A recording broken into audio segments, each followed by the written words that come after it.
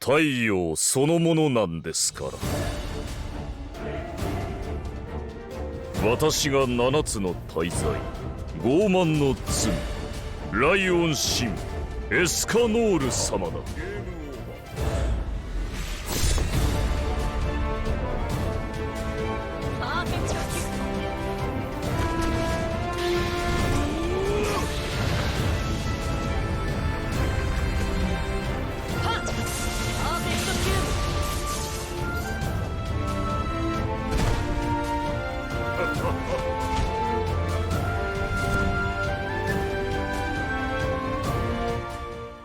Hey guys, what's going on? Garanx here, bringing you another video on 7 Deadly Sins Grand Cross.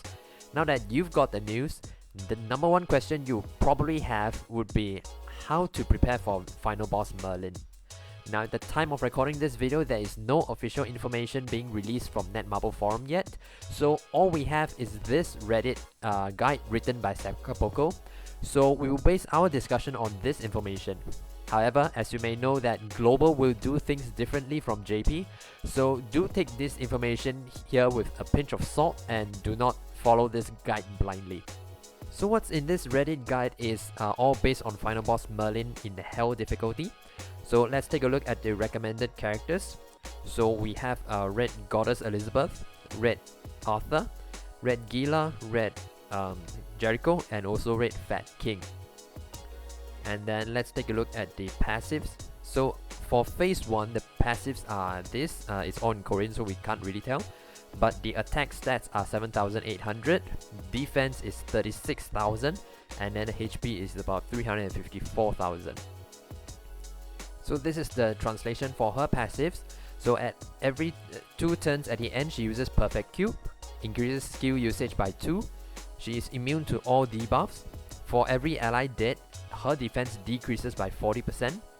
If the enemy ultimate gauge stack is under 5, Merlin gains 10% attack, deals 300% more damage to blue units, deals 300% more damage to demon heroes, decreases damage to counter attacks by 80%, and the skills are the same as Green Merlin. So she will actually drain your ult gauge, and then there is the Perfect Cube, and then her ult will disable attack.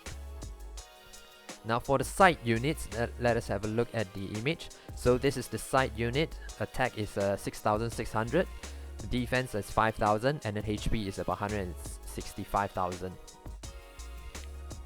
So for the passive for the side units, they deal 300% more damage to blue units, deals 300% more damage to demon heroes, immune to all debuffs, cast S1 on first turn, deals 450% damage to a single target enemy, removes buffs, and reduces enemy ult gauge by 3.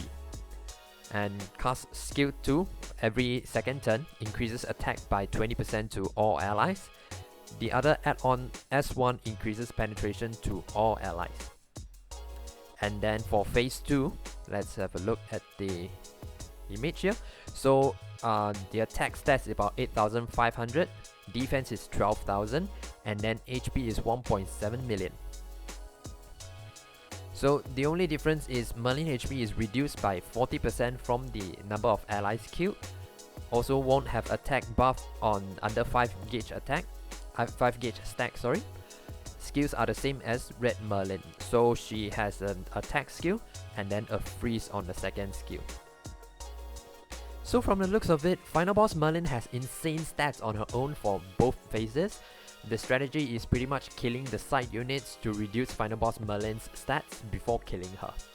So after knowing this information, we can list out a few criteria for the team that we will build.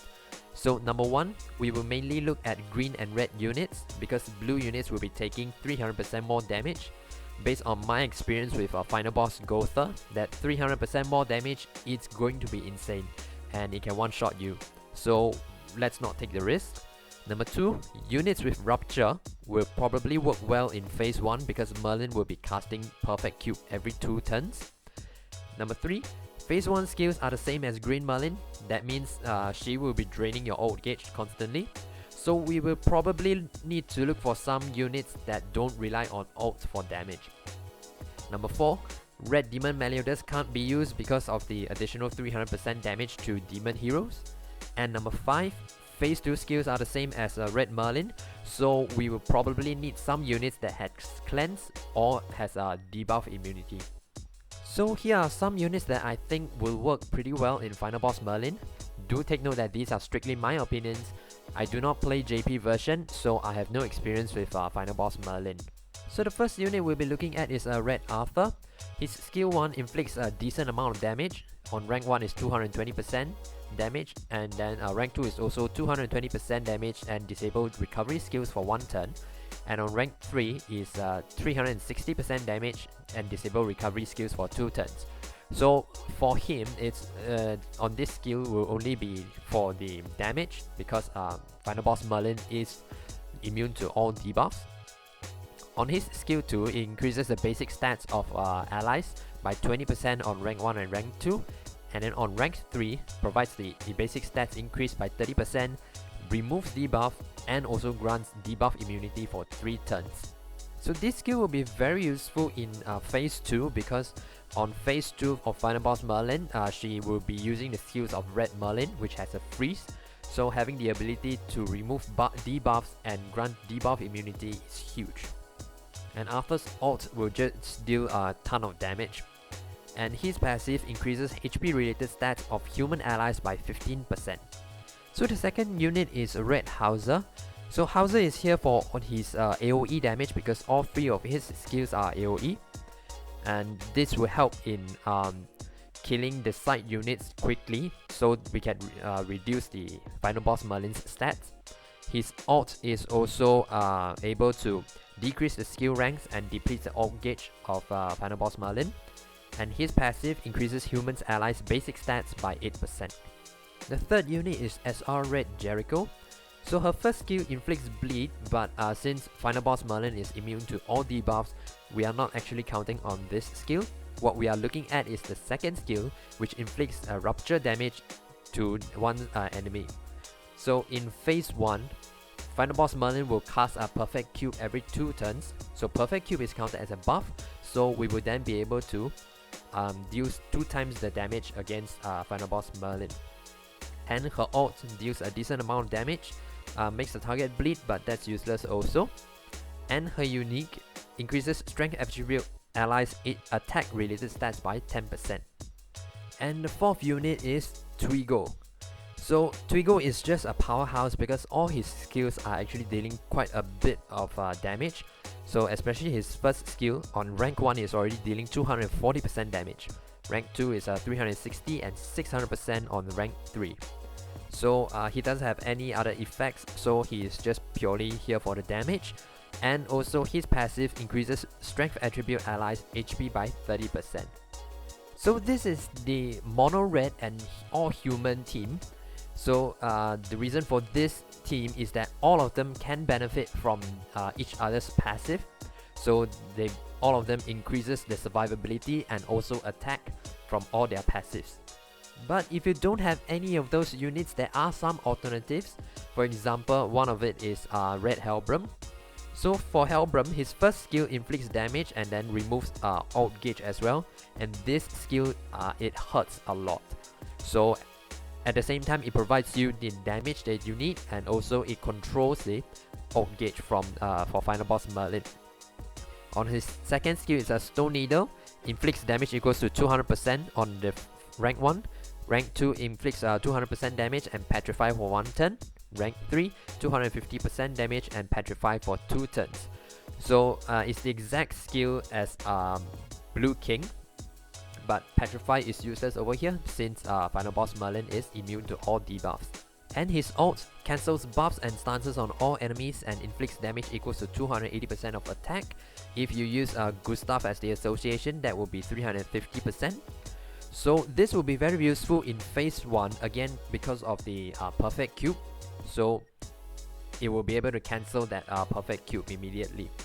And as we know from our experience with Final Boss King and Final Boss Gowther, whenever you cancels any buffs from the enemy, you usually get some points from that.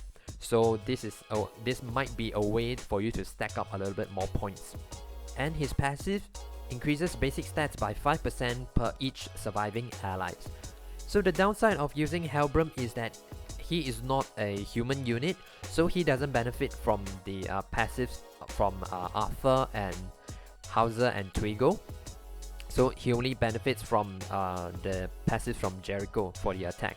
And his passive actually only applies to himself, so it doesn't help the team entirely. Alternatively, if you are looking for more survivability, you could use Green SSR Elizabeth. So her first skill removes buffs from one enemy and inflicts damage equals to 220% of attack. And then for rank 2 is 300%, and then for rank 3 is 400%.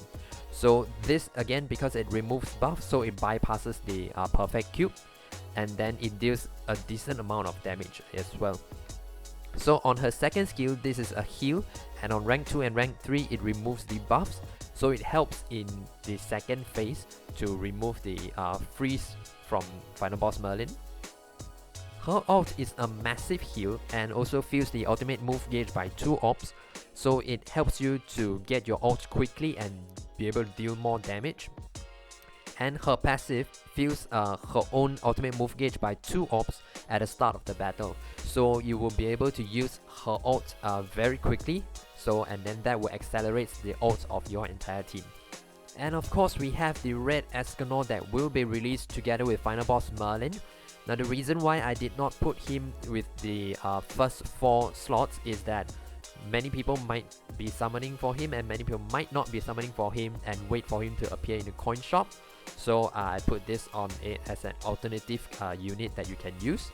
His first skill inflicts amplified damage equals to 180% of attack on rank 1, and on rank 2 is 270% damage and 450% damage on rank 3.